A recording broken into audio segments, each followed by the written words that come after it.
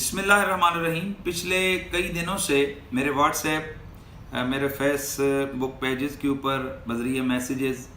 اور ٹیلی فون کے ذریعے سے بہت سارے دوستوں کی طرف سے ایک سوال بار بار کیا جا رہا ہے کہ پاکستان کے اندر ایک ترکی کا ڈرامہ غازی ارطغرل کے نام سے اردو ڈبنگ کے ساتھ PTV پہ نشر کیا جا رہا ہے، تو کیا ایسا ڈرامہ دیکھنا جائز ہے یا ناجائز ہے؟ میں اس کی طرف اتنی توجہ نہ دیتا کیونکہ اس قسم کے سوالات کا کوئی مقصد نہیں ہوتا، کیونکہ اس سے پہلے یہاں پاکستان کے اندر بڑے بے حیائیوں پر مبنی ڈرامے دکھائے گئے، یہاں پر جنہوں نے مشرقی روایات کے جنازے نکالے، ایسے ڈرامے کے جن کے اندر ماں بہن بیٹی کے رشتوں کی تقدس معابیوں کو پامال کیا گیا، ایسے ڈرامے جس میں اسلامی اقدار پہ سیدھا سیدھا قدغن لگایا گیا، ان کے حوالے سے ہم سے کبھی کسی نے سوال نہیں کیا، اور نہ ہی کبھی ڈرامے جو ہے نا وہ پوچھ کے علماء سے کسی نے دیکھیں، تو میں کبھی اس کی طرف توجہ نہ دیتا۔ لیکن میری حیرت کی انتہا نہ رہی کہ میں نے پچھلے دنوں سے دیکھ رہا ہوں کہ پاکستان کے مین سٹریم میڈیا کے اوپر ٹاک شوز کے اندر یہ ڈرامہ آ گیا،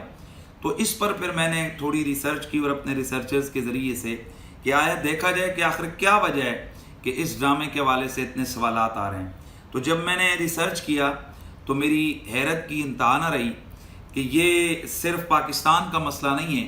بلکہ اس وقت پوری دنیا کے اندر لبرل، سیکولر اور بالخصوص ان تمام ممالک کی چیخیں نکل رہی ہیں کہ جہاں مسلمانوں کو جبراً ان کی آزادی کو سلب کیا گیا، جہاں اسلامی اقدار کو پامال کیا گیا، اسرائیل ہو، امریکہ ہو اور انڈیا ہو، اس قسم کے ملکوں کی بھی چیخیں سنائی دیں کہ انہوں نے اپنے ملکوں میں اس ڈرامے پر سرکاری طور پر پابندی لگائی۔ اور پھر میں اور زیادہ حیران ہوا کہ مصر کے اندر سے مفتیوں کے فتوے اس کے خلاف آ گئے، سعودی عربیہ کے اندر سے چند مفتیوں کے فتوے اس کے خلاف آ گئے، اور میں نے جب ریسرچ کی تو میں اور زیادہ اس پر حیران ہو گیا کہ جناب دنیا کے اندر پہلا ایسا ڈرامہ ہے کہ جو اتنی بڑی تعداد میں دیکھا جا رہا ہے اور دیکھا گیا، اور اتنی زیادہ زبانوں میں اس کی ڈبنگ کی گئی ہے۔ تو جب میں نے اس ڈرامے کی تحقیق کی کہ آیا وجہ کیا ہے کہ ان لبرلز، اسلام دشمن عناصر اور ہر اس اور لرز رہے ہیں اس ڈرامے کی وجہ سے کہ اس کے اندر ہے کیا، تو جب میں نے دیکھا مجھے پتہ چلا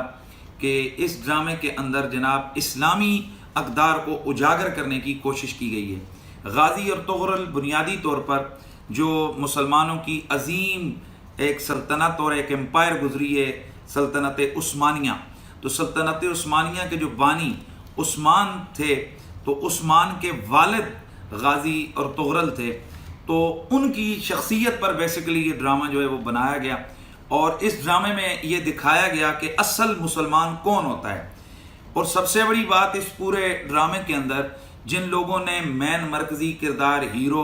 والا ادا کیا یا دیگر جو کردار ادا کیے گئے، تو ان میں ان کو باشرہ کبھی جبے میں دکھایا گیا، کبھی امامے میں دکھایا گیا، کبھی ان کی داڑھی ہے اور کبھی ان کی زبان پر بسم اللہ ہے، کبھی رسول اللہ پر درود ہے، کبھی ان کی زبان پر نعت ہے۔ اور جن خواتین کو اس ڈرامے میں دکھایا گیا ان کے حوالے سے بھی میرے علم میں لایا گیا کہ ان کو پردہ یعنی پورے لباس میں، جس کے سے ان کا سر کبھی عبایا کے اندر ڈھکا ہوا ہے تو کبھی ان کا سر ویسے جناب ان کو ڈھکا ہوا دکھایا گیا ہے۔ تو جب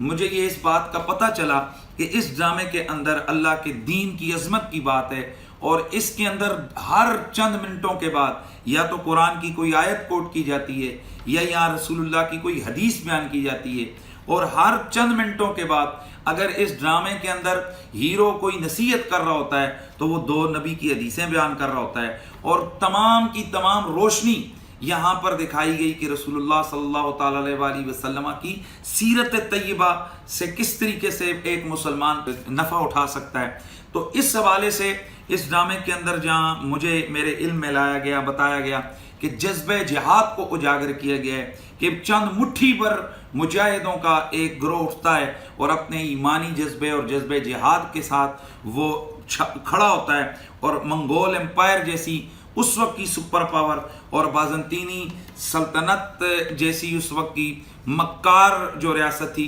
ان کے درمیان میں رہ کر ایک اسلامی سلطنت کو قائم کرتے ہیں۔ تو یہ بیسکلی اس ڈرامے کا خد و خال تھا۔ اس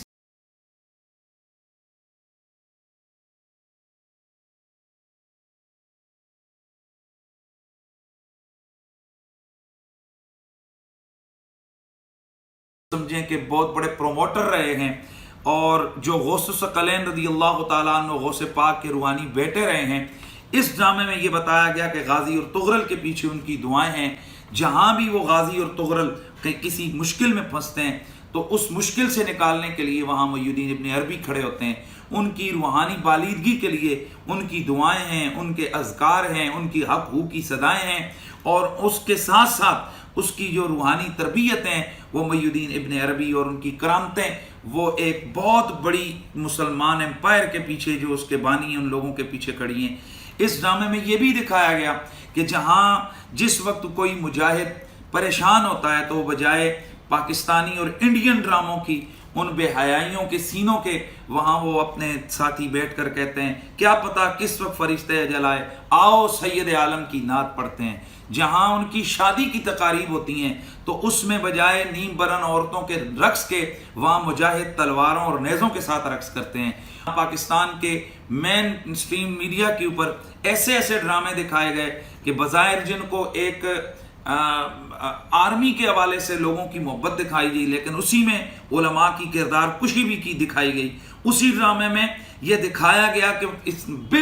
بالکل اسلام کے خلاف، اسلامی روایات کے خلاف، کہ کتا گھر کے اندر آتا ہے اور وہ دولہا صاحب کے ساتھ ان کی گاڑی میں شادی کے موقع پر بھی ہوتا ہے، اور وہ دولہا صاحب میدان جنگ میں بھی ان کو یاد کرتے ہیں۔ تو اس قسم کے ڈرامے ہمارا یہاں کلچر بنا ہوا ہے، لیکن حیرت ہوتی ہے کہ اس کلچر کے اندر جناب ایسا ڈرامہ آ رہا ہے کہ جہاں ہیرو جو ہے نا وہ اپنی روح کی تازگی کے لیے وہ نیم برن عورتوں کو رقص نہیں کرواتا، وہ یہاں شراب کے جام لنڈھاتا نظر نہیں آتا، بلکہ وہ قرآن پڑھتا ہے۔ اگر اس پر مشکل پڑتی ہے تو وہ 2 رکعت نماز پڑھ کے اپنے اللہ کے حضور سر بسجود ہوتا ہے۔ جہاں یہ قدم قدم پہ دکھایا گیا کہ ماں کی دعائیں کتنی طاقتور ہوتی ہیں، قدم قدم پہ دکھایا گیا کہ بھائیوں بہنوں اور قبیلے کے رشتے کتنے مقدس اور کتنے پیارے ہوتے ہیں، قدم قدم پہ دکھایا گیا کہ ریاست اور ملک کا پیار کیا ہوتا ہے، اسلام کی محبت کیا ہوتی ہے۔ اور یہاں یہ بھی دکھایا گیا کہ جناب اس ڈرامے کے اندر دکھایا گیا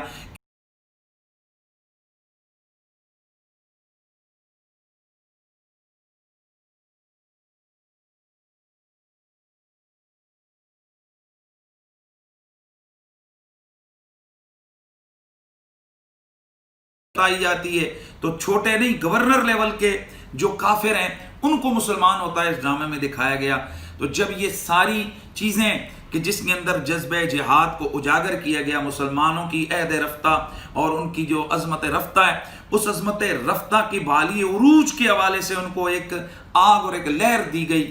تو ایسے میں یقیناً میں سمجھ گیا کہ یہ درد کیوں اٹھ رہا ہے۔ اس ڈرامے میں جہاں الصلاۃ والسلام علیک یا رسول اللہ کی صدائیں ہیں، تو وہاں مجاہد جب کسی قلعے کو فتح کرتے ہیں تو وہاں پر اس کو آغاز اذان سے کرتے ہیں۔ جس جگہ نیا گھر بناتے ہیں وہاں بسم اللہ الرحمن الرحیم اور قرآن کی تلاوت ہوتی ہے۔ جہاں ماتم ہونے کے بعد جنازہ اٹھتا ہے تو اللہ کا ذکر ہوتا ہے، اور جنازے کے بعد یاسین کی تلاوت ہوتی ہے، وہاں دعا ہوتی ہے۔ تو جب یہ ساری چیزیں میرے علم میں آئیں تو پھر مجھے یہ درد سمجھ آیا کہ یہاں لبرل کیوں چیخ رہے ہیں۔ یہاں پر مجھے یہ بھی اندازہ ہوا کہ اسرائیل، امریکہ اور انڈیا سے یہ چیخیں کیوں اٹھ رہی ہیں۔ تو جناب والا آخر کیا ہے، یہ میں پاکستان کے ڈرامہ بنانے والے جو لوگ ہیں میں ان سے پوچھنا چاہتا ہوں، جو ڈرامہ لکھنے والے لوگ ہیں میں ان سے پوچھنا چاہتا ہوں کہ ذرا غور تو کرو کہ مجھے جو بتایا گیا ہے اس کے مطابق نہ تو یہاں پر اس ڈرامے کے اندر گاڑیاں ہیں، اور نہ اس کے اندر جہاز ہیں، اور نہ اس کے اندر کوئی لگژری محل ہیں، بلکہ اس ڈرامے کے اندر شروع سے آخر تک جناب وہ کپڑے کے بنے ہوئے خیموں سے شروع ہوتا ہے اور خیموں پہ ختم ہوتا ہے۔ تو یہاں وجہ کیا ہے کہ اس نے پوری دنیا کے مسلمانوں کو اپنے سحر میں کیوں جکڑا ہے؟ تو اے ڈرامہ رائٹرز، اے میڈیا کے لوگوں، یہیں سے سمجھ لو کہ پاکستانی قوم بلکہ پوری دنیا کے اندر جو امت مسلمہ ہے اس وقت ان کی نبض کس چیز پر دھڑک رہی ہے؟ وہ اپنے اللہ اور اس کے رسول کا نام سننا چاہتے ہیں، وہ اسلام کی اقدار عالی کو دیکھنا چاہتے ہیں، وہ اپنی عظمت رفتہ کی ایک دفعہ پھر جھلک دیکھنا چاہتے ہیں۔ اس لیے بتا دیا اس ڈرامے نے کہ جہاں بھی اسلام کی بات ہوگی مسلمان اس کو ہاتھوں ہاتھ لیں گے۔ تو پاکستان میں بھی آج مجھے یہ بھی بتایا گیا کہ کئی لوگوں کو اپنی مشرقی روایات یاد آ گئیں۔ میں ان سے پوچھتا ہوں کہ جب یہاں پر عشق ممنوع جیسی ترکی کی سیریل چلی تھی کہ جس کے اندر بے حیائی کو پروموٹ کیا گیا تھا، تو اس وقت آپ کی غیرت کہاں تھی؟ مشرقی روایات کیوں نہیں یاد آئیں؟ یا انڈیا کے حیا سے خالی ڈرامے جہاں نکلتے ہیں تو ہندو کے آگے گھنٹی بجا کر، اور جہاں اندر جاتے ہیں تو ہندو کے آگے گھنٹی بجا کر، بچہ اگر سفر پہ جاتا ہے تو وہ پوجا کرتے دکھائی دیتے ہیں، اور بچہ اگر جناب میٹرک پاس کرتا ہے تو وہاں پر جناب وہ اپنے بھگوان کے آگے جھکتے نظر آتے ہیں۔ جہاں ہندوازم کو، شرک کو پروموٹ کیا گیا، ان ڈراموں پہ تو آپ کی چیخیں نہیں نکلیں۔ جہاں بنیادی بہن بھائیوں کے رشتوں کو داغدار کیا گیا، جہاں منافقت سکھائی گئی، بتایا گیا کہ عورت کس طرح کے چکر کر کے خاندانوں کو تباہ کرتی ہے، وہاں تو آپ کی چیخیں نہیں نکلیں۔ اور جہاں ایسا ڈرامہ دکھایا گیا کہ ایک عورت اپنے شوہر کے ساتھ محبت کرتی ہے، اپنا گھر بچانے کے لیے کتنی مشکلیں اٹھاتی ہے، اپنا خاندان بچانے کے لیے اور اپنے ملک اور قوم کے لیے وہ اپنے بچے تک قربان کر دیتی ہے، تو ایسے ڈرامے کے اوپر آخر یہ چیخ و پکار کیوں ہے؟ تو جناب والا، باقی ڈراموں پر جب آپ لوگ علماء سے فتوے لے کر ڈرامے نہیں دیکھتے ہیں تو پھر اس ڈرامے کے حوالے سے یہ فتوے کیوں؟ اور جہاں سعودیہ اور دیگر ملکوں کے اندر مولویوں کے دیے ہوئے فتوے، ظاہر ہے وہ تو ان کے بادشاہوں کے پابند ہیں ان کو فتوے دینے کے، وہ جہاں بادشاہوں کی باتیں ہی، ان کی ریاست کی باتیں ہی ان کے فتوے بن جاتے ہیں، تو جناب اصل درد ہمیں سمجھ آیا کہ اصل درد ان مولویوں کا محی الدین ابن عربی ہے، یا پھر یہاں اس کے اندر اٹھنے والی یہ صلاۃ والسلام علیہ یا رسول اللہ کی صدائیں ہیں، رسول اللہ کا پیار ہے، اور وہ انداز محبت ہے کہ جب بھی کوئی مسلمان نبی علیہ السلام کا نام لیتا ہے تو اس کا ہاتھ ادب سے سینے پر اور اس کا سر جھکا ہوا ہوتا ہے۔ اور اس مجھے جو سمجھ آئی ہے، اس لیے اس پر چیخیں اٹھ رہی ہیں کہ اس ڈرامے کے اندر علماء کی عزت کو اجاگر کیا گیا ہے۔ ہر اس ہاتھ کو جو علماء کی شایان کی طرف بڑھتا ہے اس کو کاٹتے ہوئے دکھایا گیا ہے۔ شاید اس لیے پاکستان کے لبرلوں، سیکولروں اور اسلام دشمنوں کو اس ڈرامے سے تکلیف ہے۔ تو جناب آپ نے دیگر ڈرامے جب علماء سے فتوے لے کر نہیں دیکھے ہیں تو اس ڈرامے کے حوالے سے بھی یہ فتوے بازیاں یہ اچھا اور مناسب عمل نہیں ہے۔ بہرحال ہر وہ ڈرامہ اور ہر وہ ویڈیو اور ہر وہ چیز جس میں غیر شرعی اسلامی اقدار کے خلاف چیزیں اور بے حیائی کی چیزیں دکھائی جائیں، ظاہر ہے وہ شرعی طور پر ناجائز ہے۔ اور اگر نعت، رسول اللہ کی عظمت، جذبہ جہاد کے حوالے سے اگر کوئی چیزیں ایسی ہیں، کوئی ڈرامہ، کوئی چیز ایسی ہے، کوئی ویڈیو ایسی ہے کہ جو جذبہ جہاد یا رسول اللہ کی عزت اور عظمت، مسلمانوں کے اندر ایک جذبہ